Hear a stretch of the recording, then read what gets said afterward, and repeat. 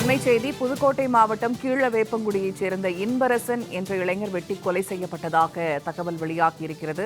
காளை விற்பனையில் ஏற்பட்ட பிரச்சனையில் அவர் வெட்டி கொலை செய்யப்பட்டதாக முதற்கட்ட தகவல் வெளியாகியிருக்கிறது. அண்மை செய்தியாக பார்த்து வருகிறோம்.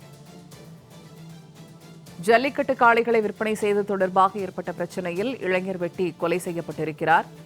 இளைஞரின் உடலை கைப்பற்றிய காவல்துறையினர் பிரேத பரிசோதனைக்காக தற்போது அனுப்பி வைத்து விசாரணை மேற்கொண்டு வருவதாக தகவல் வெளியாகியிருக்கிறது. கூடுதல் தகவல்களை தருகிறார் செய்தியாளர் தேவராஜ் பழனி. பழனி, தற்போது புதுக்கோட்டை பகுதியில் இளைஞர் ஒருவர் வெட்டி கொலை செய்யப்பட்டிருக்கிறார். தொடர்பான கூடுதல் விவரங்கள் என்ன?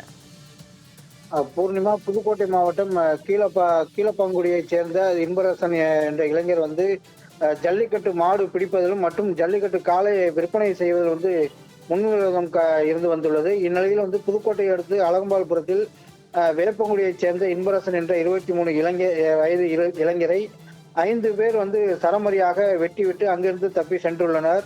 இதனையடுத்து அங்கு இருந்த பொதுமக்கள் படுகாயம் அடைந்துள்ள இன்பரசனை 108 ஆம்புலன்ஸ் மூலம் வரவழைக்கப்பட்டு புதுக்கோட்டை அரசு மருத்துவக் கல்லூரி மருத்துவமனைக்கு சிகிச்சைக்காக அனுப்பி வைத்தனர். இதில் இன்பரசன் செல்லும் வழியிலேயே உயிரிழந்துள்ள நிலையில் அங்கு மருத்துவமனையில் மருத்துவர்கள் பரிசோதனை செய்து பார்த்தபோது ஏற்கனவே இறந்ததாக தெரிவித்த நிலையில் அவரது உடலை உடற்கூறு ஆய்வுக்காக பிரேத பரிசோதனை அறிக்கை அனுப்பி வைக்கப்பட்டனர்.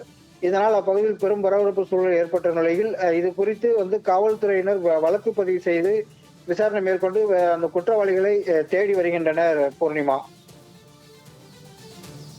தகவல்களை வழங்கியமைக்க நன்றி தேவராஜ் பழனி.